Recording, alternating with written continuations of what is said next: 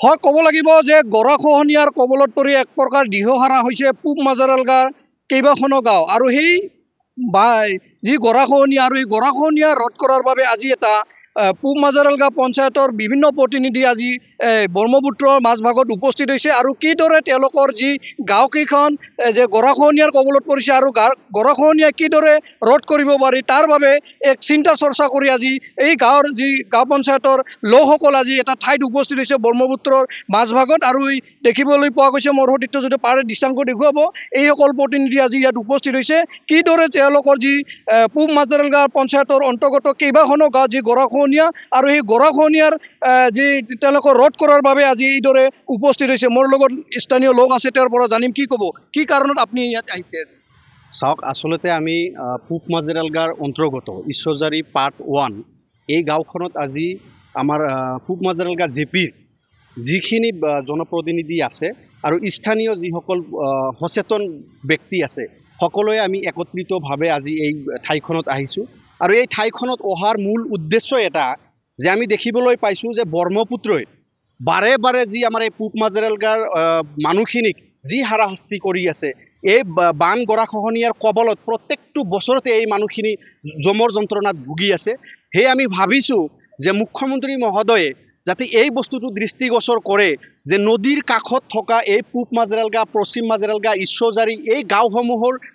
মানুহখিনি কেনেকৈ জীৱন যাপন কৰি আছে এই গোটেইখিনি বস্তু সামৰি লৈ আমি এটা বস্তু উপলব্ধি কৰিছোঁ যে ব্ৰহ্মপুত্ৰৰ যি মেইন নদী এই মেইন নদীৰ পৰা কিন্তু আমি দেখিবলৈ পাইছোঁ যে এটা সৰু এটা ব্ৰহ্মপুত্ৰৰ ডাল এটা গুচি গৈছে আৰু এই ডালটো যদি ৰোধ নকৰে তেন্তে ঈশ্বৰজাৰীৰ লগতে যি পশ্চিম মাজাৰালগা পূব মাজাৰালগা জিপিত থকা যিসমূহ গাঁও আছে এই গাঁওখনত বসবাস কৰা যিসমূহ মানুহ আছে এই মানুহখিনি কিন্তু ব্ৰহ্মপুত্ৰৰ যি গৰাখহনীয়া এই গৰাখহনীয়াৰ কবলত কিন্তু একেবাৰে আৰ্থিকভাৱে হওক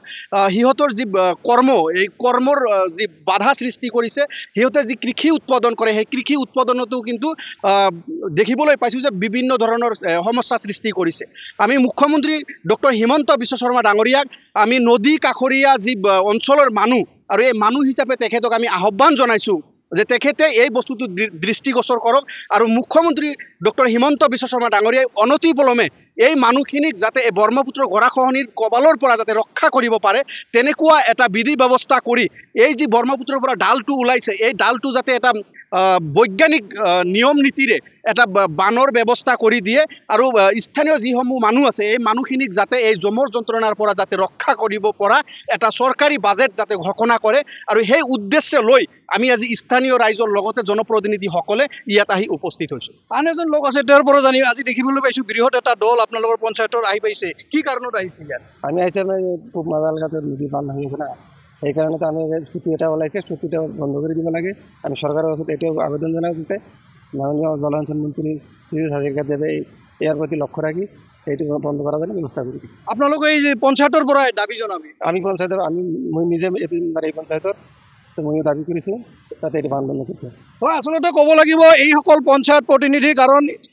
পূব মাজাৰালগা পশ্চিম মাজাৰালগা পঞ্চায়তৰ অন্তৰ্গত কেইবাখন গাঁৱৰ যি খেতি মাটি ভিটি ইতিমধ্যে গৰাখহনীয়াৰ কবলত যা গৈছে আৰু সেইসমূহৰ ৰোধ কৰাৰ কাৰণে আজি তেওঁলোকৰ দুখনকৈ পঞ্চায়তৰ প্ৰতিনিধিৰ দল এটা আহি আছে ইয়াত উপস্থিত হৈছে আৰু কিদৰে এই তেওঁ গাঁওকেইখনত ৰক্ষা কৰিব পাৰে তাৰ এক সমস্যা সমাধানৰ বাবে আজি উপস্থিত হৈছে এই ব্ৰহ্মপুত্ৰৰ মাজভাগত